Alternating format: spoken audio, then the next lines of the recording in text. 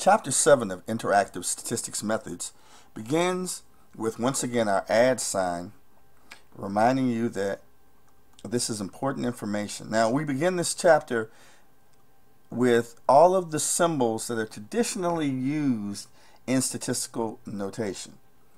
We recall that previously in Chapter 6, we're beginning to talk about summation and product notation with particular emphasis on sigma or summation notation. So this chart at the beginning of the book begins to delve and give you an expression definition of the mathematical notation primarily used in stat. We have sigma indicating the summation of, lowercase mu meaning the population distribution mean, x bar, well, that could be a lowercase x bar meaning the sample distribution mean, lowercase sigma squared meaning the population variance, s squared meaning the sample distribution variance, and all of the other primarily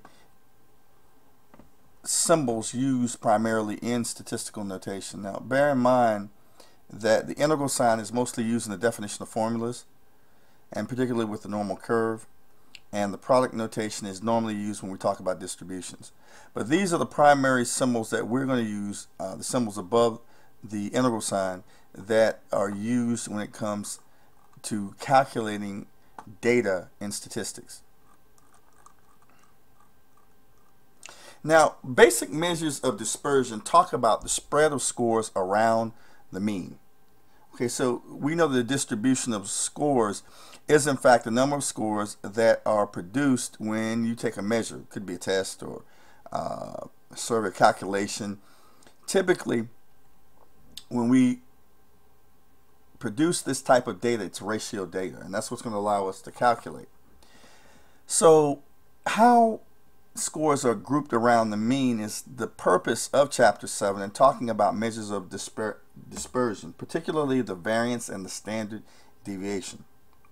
So we began talking about the sum of squares.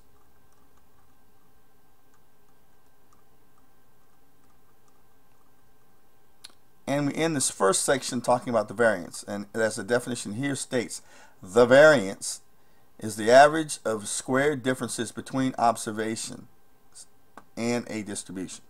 The standard deviation is the square root of the variance. So in other words, if you think of the mean in the middle of a distribution of scores, the scores are going to vary and be spread around that mean three-dimensionally.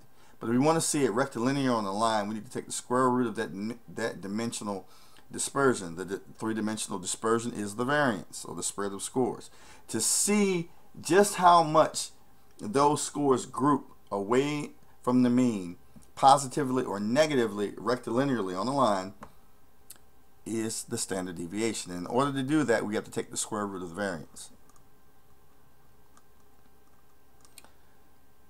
So we have the population variance. Again, there is our sigma squared, and our computational population sample variance, and there is our lowercase Roman s squared. And this is the computational definition that can be traditionally used for the variance, and taking the square root of this will give us the standard deviation.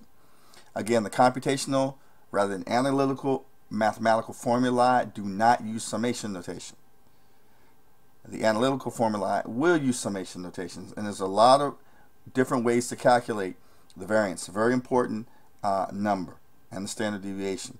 In our case, we're going to use the simplest methodology when the data has been organized lowest to highest to calculate the variance.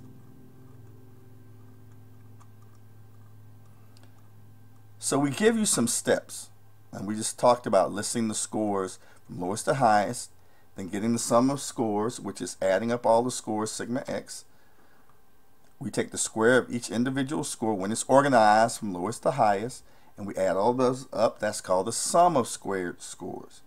Then we count up the total number of scores, that's n, and then we use the computational formula as indicated here, the sum of squared scores minus the sum of scores squared over n and divided by n minus 1 to give us the computational sample variance. And that number is indicative of how far scores vary from the mean. When we take the square root of that, using the square root of sign, we have the computational standard deviation. Once you have calculated that standard deviation, you can now put these numbers on the normal curve with the mean in the middle. All right?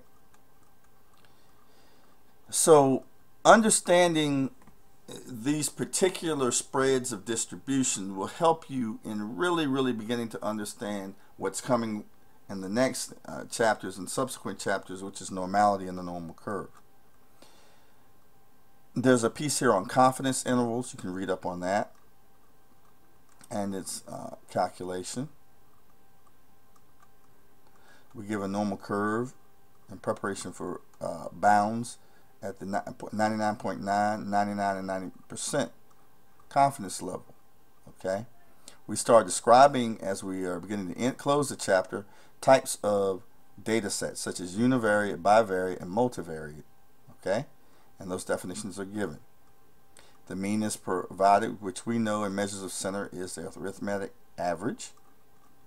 We know the mode is the most frequently occurring score, and the median is the middle score. All right, you have some product notation because we begin to describe distributions such as the geometric mean and what those are, the harmonic mean, because there's many different types of mean, the tri-mean, all right, truncated mean. We just mentioned the median and the mode.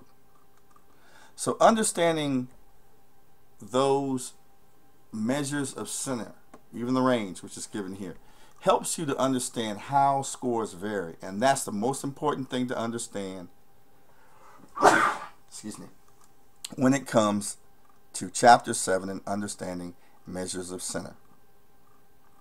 The remainder of the chapter starts to talk about the shape of distributions, and we refer to that as kurtosis. And notice they're all bell-shaped because the score in the center is the mean, and scores tend to average or cluster around the mean. Right? So understanding these particular definitions is going to go a long way in terms of aiding you to understand measures of center. So read the end of the chapter, which begins to describe different types of distributions, and you will be prepared for chapter 7 and moving into normality and the normal curve.